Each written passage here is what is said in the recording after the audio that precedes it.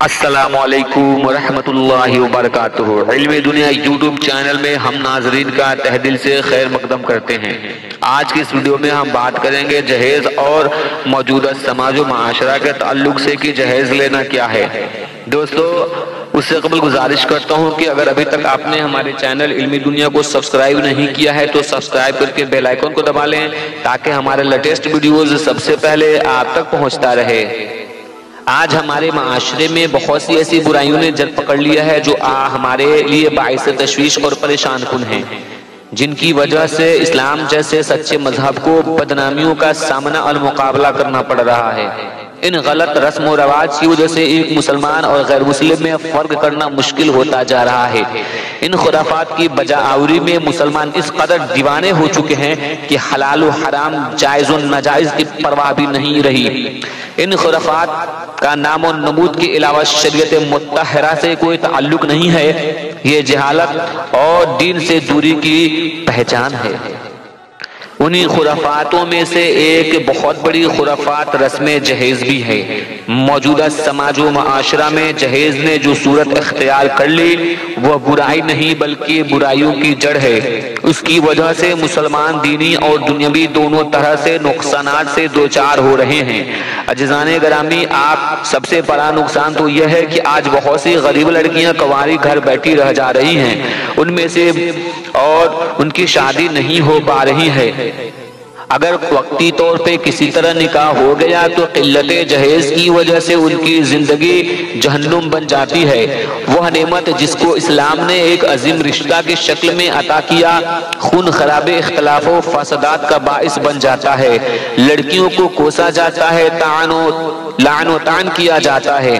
یہی نہیں بلکہ بے شرمی کی انتہا اس وقت ہو جاتی ہے جب یہ خبریں سننے کو آتی ہیں کہ فلاں لڑکی کو جلا کر مار دیا گیا، کسی دوسری طریقے سے قتل کر دیا گیا۔ دوسرا نقصان یہ ہے کہ غریب باپ اپنی بیٹی کا گھر بھجانے کے لیے، داماد کا منہ بھرنے کے لیے جہیز کے انتظام کرنے میں در در کی ٹھوکریں کھاتا ہے، مختلف پریشانیوں کا سامنا کرتا ہے۔ جب امید کی کوئی کرن نظر نہیں آتی تو قرض کے لیے لوگوں کے سامنے ہاتھ پھیلاتا ہے۔ قرض نہیں ملتا ہے تو سودی بیاج پہ پیسے لے کر کسی طریقے سے اپنی بیٹی کی شادی کرتا ہے، حالانکہ بیاج پہ پیسہ لینا، سود لینا حرام ہے، جیسا کہ اللہ تعالیٰ نے قرآن مقدس میں ارشاد فرمایا، احل اللہ البیع وحرم الربا، اللہ تعالیٰ نے بیع کو حلال کیا اور سود کو حرام کیا ہے۔ اور یہ ساری چیزیں دنیا کی محبت کی وجہ سے پیدا ہو رہی ہیں، حالانکہ اللہ کے رسول حضرت محمد صلی اللہ علیہ وسلم ارشاد فرماتے ہیں، دنیا کی محبت تمام برائیوں کی جڑ ہے۔ جہیز کا کیا معنی ہے؟ تو ماں باپ جو کچھ کپڑے اور کچھ زیورات، کچھ سامان وغیرہ لڑکی کو دے کر رخصت کرتے ہیں اسی کو جہیز کہتے ہیں۔ یقیناً یہ صورت جائز ہے۔ ہمارے نبی کونین صلی اللہ علیہ وسلم نے اپنی پیاری بیٹی حضرت فاطمہ رضی اللہ تعالی عنہا کو بھی کچھ سامان بصورت جہیز دیا تھا، لیکن اس کا مطلب ہرگز یہ نہیں کہ لڑکی کے والدین کو نقدی یا کسی خاص چیز کے دینے پر مجبور کیا جائے۔ اگر والدین مذکورہ اشیاء نہ دیں تب بھی ان پر کوئی عتاب نہیں۔ یہ والدین کی محبت و شفقت ہے، اپنی بساط ہے، جتنی ان کی استطاعت ہو وہ دے سکتے ہیں، ان سے زور زبردستی نہیں کیا جا سکتا ہے۔ ماں باپ پر لڑکی کو جہیز دینا فرض و واجب نہیں، مگر آج کل شفقت و محبت کے نام نمودگی کی خواہش کی وجہ سے آز دولت کے دہیج میں دیا جا رہا ہے۔